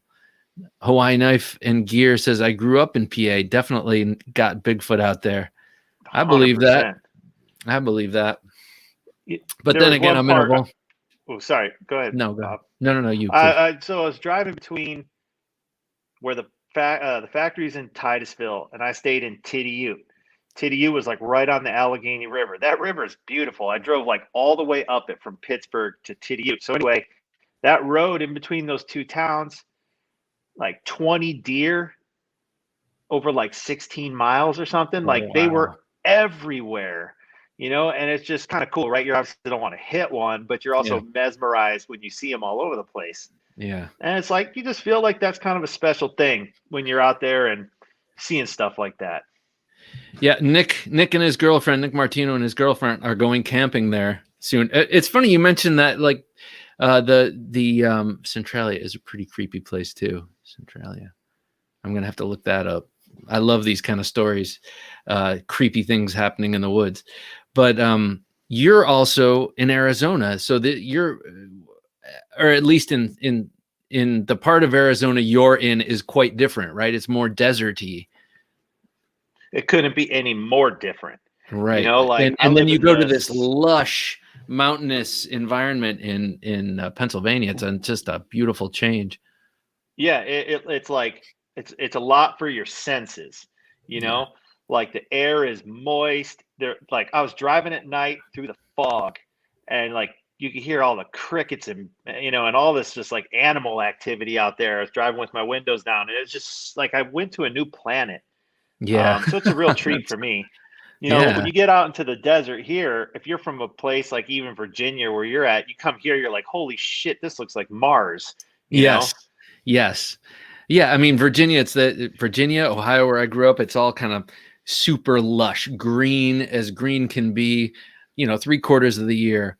And, I've been out in your neck of the woods a number of times, and that is the feeling. I love it. James lives in Franklin County, Waynesboro, Pennsylvania. Cool. Franklin County.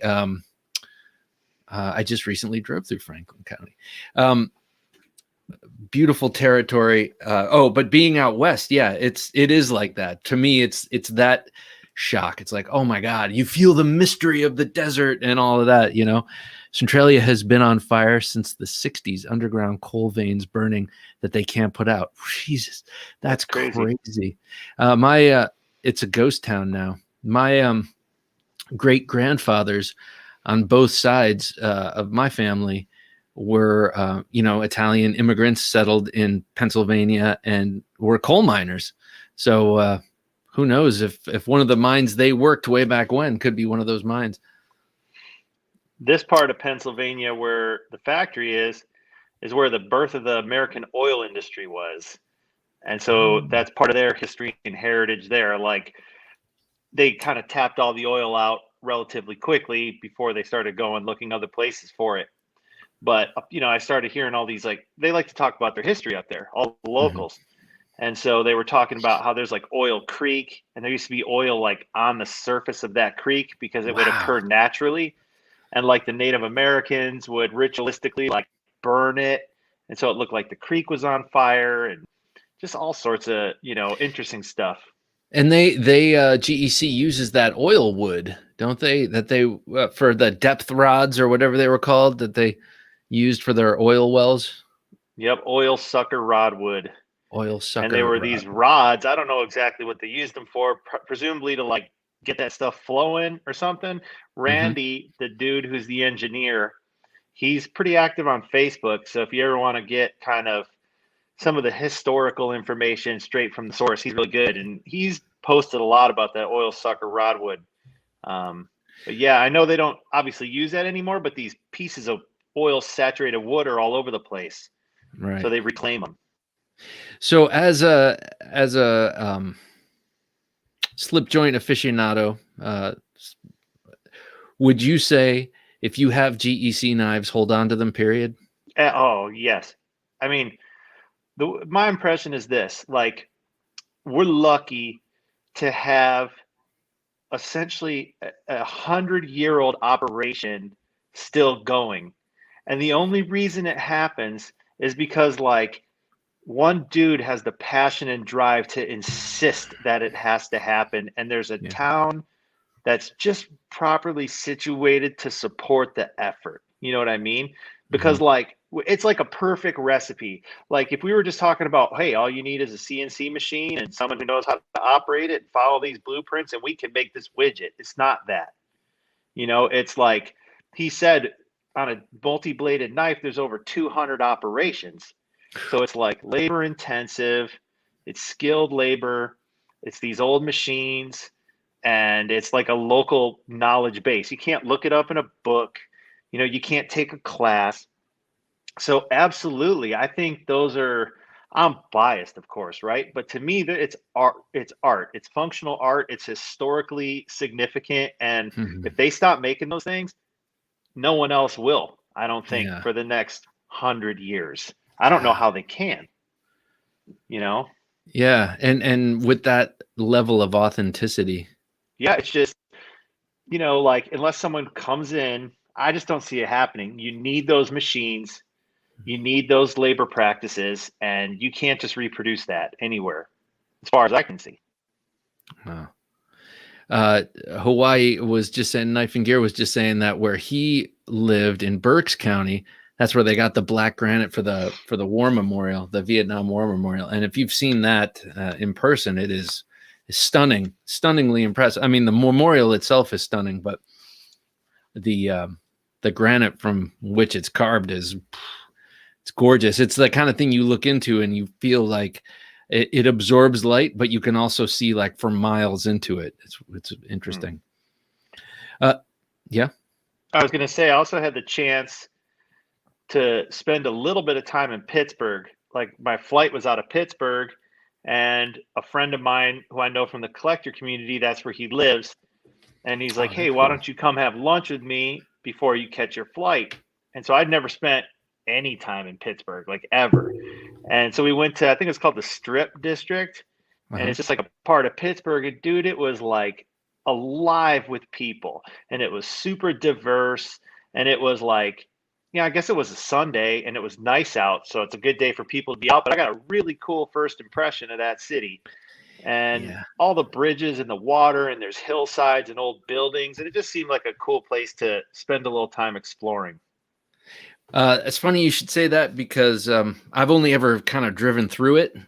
But when I lived in New York, and I'm living and working in Manhattan, cool Manhattan, there was a guy that I knew there who used to go for trips to Pittsburgh. It was like, that's where he went to be around cool, to be in a cool city. That's where he went. And I remember the first time he mentioned it to me, I'm like, Pittsburgh, really? Like that's just kind of some place I drive through when I'm getting here from Cleveland. And he's like, no, Pittsburgh is really cool.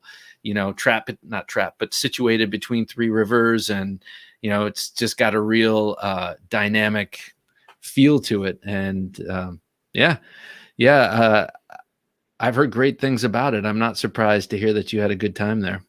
Yeah, next time I go to the Rendezvous, I'm going to bake in an extra day or maybe two to like stomp around Pittsburgh a little bit, because really left a good impression on me. I always thought it was like another Cleveland or another Detroit.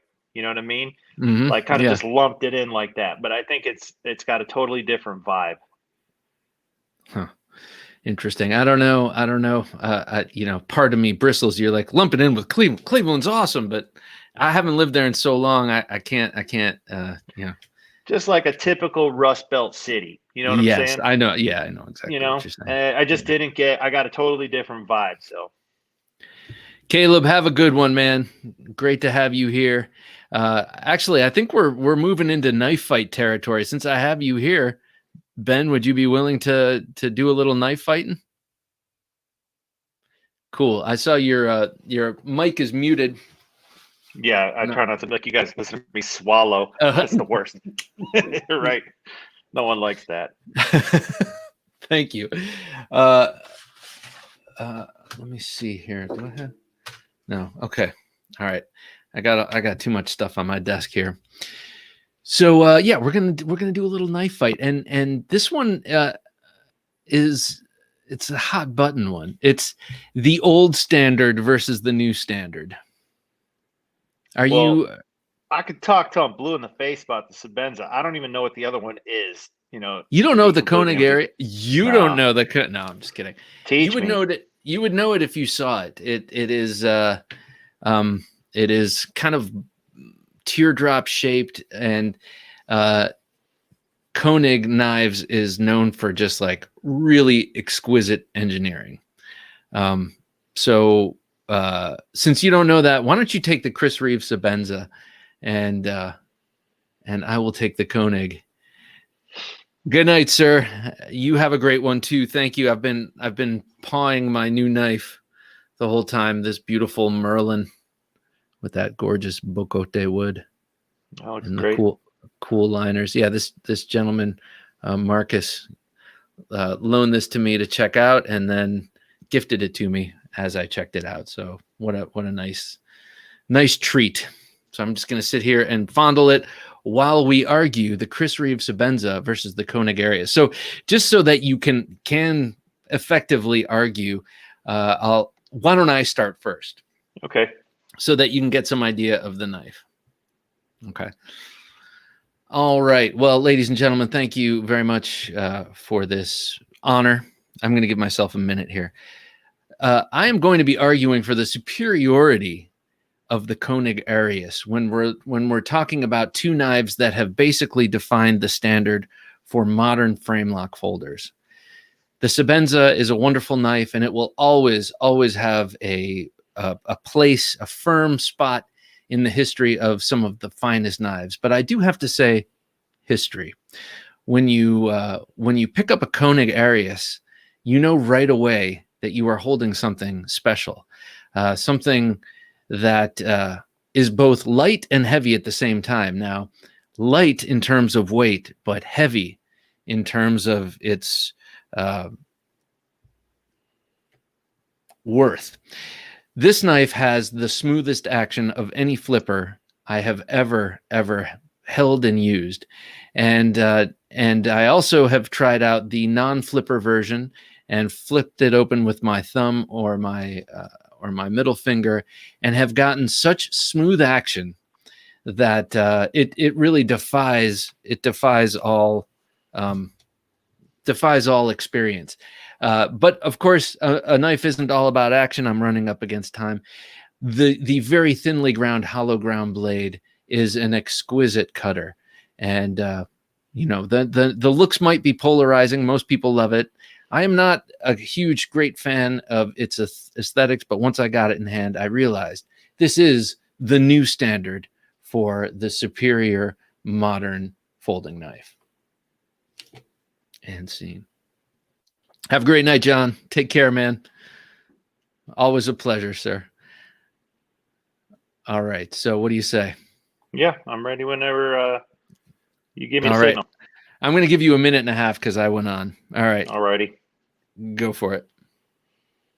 Manufacturing excellence. Not once, not twice, but basically every year since the award has been in existence at the Blade Show. What else can you say about the Sebenza? Well, it's clearly the bar by which all other folding knives are judged. And why is that? Because it is a excellent, timeless folding knife design. Not to mention, it's the introduction of the vaunted frame lock that has been used on more or less every single frame lock since. What makes a Sebenza unique? Well, what other knife can you screw together tight and have it operate exactly the way it's meant to be? No adjustable pivot in a Sebenza. A beautifully hollow ground blade that's easy to sharpen but still holds an edge. Extremely durable. Lots of cool mods on the market. This Chris Reeve Sebenza is the ultimate folding knife. Wow, that was good, man. That was really good. You brought up a lot of excellent points, and if I were not, if I were floating above, I would say you won that. Not only because I agree with you, but yeah, that's really good. Frame locks are so overrated. LOL, a relic of past innovations. In today's world of axis locks, button locks, compression locks, and other fidget factor locks. Yes, it's not all about fidget factor, though, Hollywood Tactical. I know you know that, and I know you would agree with me. But who was I speaking with recently Peter Carey. We have an interview with him coming up somewhat soon. Very cool guy, very interesting guy. Does not like the frame lock. He's, in his opinion, and definitely tune into the interview when it comes out and get it from him. Get his word,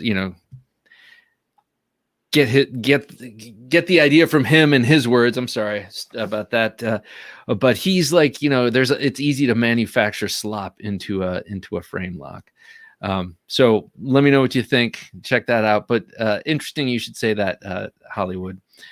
I think your point about being able to screw the thing tightly together and you get the same action every time is probably your winning point. Though I also like the idea that there's countless mods out there, countless different versions of it that you can get. But really what it boils down to is that classic engineered design. And I agree with you. I love the Sebenza. But when I went to Blade this year, I finally got a chance to check out the Koenig, and I was blown away. I mean, these dudes, these young fellers can really put together a beautiful knife, man. And like I said, I've never been too crazy about the looks, but that immediately melted away when I had it in hand. Not only is it ergonomically, just outstanding, but the action was just dumbfounding. I was like, I couldn't believe how smooth. And then in just running my fingers, finger and thumb down towards the edge from the shoulder of that hollow ground, I was Blade. I was amazed. You can barely feel it between your fingers. So I didn't mention the aesthetics of the Sebenza, but the thing is pretty damn handsome too. It is like the lines, the way all those lines work together is like, shit, that looks good. Yes. And even really, after 30 years, it still looks good. It doesn't look dated to me. no. But I'm biased. No. I love that thing. And, there's something to say for, I guess it's kind of funny, right? Like we could argue over which is better, but it's like all these things are awesome. Button locks, fidgety locks. One guy could be like, man, I can't stand a fidgety lock or a button lock with a spring. And then another guy would be like, what do you want that frame lock for? It's like, okay, we could argue about this stuff till we're blue in the face. They're all awesome. Yeah. Hawaii Knife and Gear said it sounded like an infomercial. Every knife I use, I instinctively look for a lock with my thumb at least a few times. Yeah, exactly. You're like, yeah, that's right. Yeah, I dig I have one Sebenza, the large 21. I love that thing.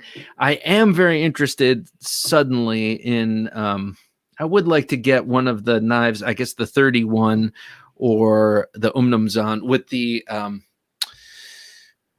ceramic ball detent. No, right. Not the ceramic ball. No, not the detent. I mean, that is interesting. Yeah. The lock bar. Yeah. But you're going to give up the screw tight construction, unless I'm wrong, someone correct me. It was the 21 and the Umnandi. And those are the only two they made where you got to screw them tight. The Umnumzan you got to get the pivot right on the Umnumzan. Same on the Inkosi and same with the Sebenza 31. And it's how'd you guys make a Sebenza 31 and abandon without the bushing, tight construction? Yeah. Like that was what it was. It was like, you got that thing so perfect that I can clamp it tight and there's not a single thousandth of an inch of pinch that those washers are in there and that thing just moves on the washers and it's good. And it was like, yes, it doesn't drop shut. That's the quote unquote hydraulic feeling. Yeah, and some people talk shit about that, but as far as I'm concerned, it's pretty sweet. Yeah. Yeah. I think it's pretty sweet too, man. I love that. That's one thing about that Crystal knife. I have the Aurora. It opens up, flips like super smooth on ball bearings, but when you close it, it's got a bit of that feel. It's a little easier to close than a Sebenza, but it's got like a hydraulic feel on the close, and I love that. I mean, it's just an aesthetics thing or a feel thing. I love the way it feels, and it has nothing to do with how the knife performs, in terms of cutting and stuff. But that's not the full experience. That's not the entire experience. Right? Yeah. On my Sebenzas, I guess it's like you start to give it, you exert force on it, and it's like the exact same force gets you all the way through the arc. And there's Yeah. like this consistent feedback you get as you work your way through it. For whatever reason, it is extremely satisfying. Feedback. That's the perfect term for it. Yes. Right. It's just a gentle like feedback as you get that thing going. And like, I mean, I'm not much of a fling my knives open kind of guy. Like, I'll just grab a switchblade if I wanted to shoot open. You know, I want that. I want to feel that thing go. And maybe that's because I'm so used to opening and closing slip joints all the time.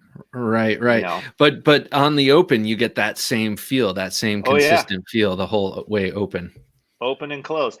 Now the ceramic ball in the lock bar gives a little bit different experience, not on the open close, but on the lock unlock, and also on the sound it makes. Like on a Sebenza, when that lock bar slides in, you get this like sound, Yeah. you know? Yeah. And on the ceramic ball, it's a lot more muted. It's still a cool sound, but to me, it's not as click clacky as my Sebenzas. Right. And the Zom is cool because it's got those rubber washers on the thumb stud. Yeah. And that gives you a whole different like sonic experience too. So I don't know. They're cool. Agent was saying the Sebenza looks good in the field and in the office, and I like that. I like the way he put that because it's true.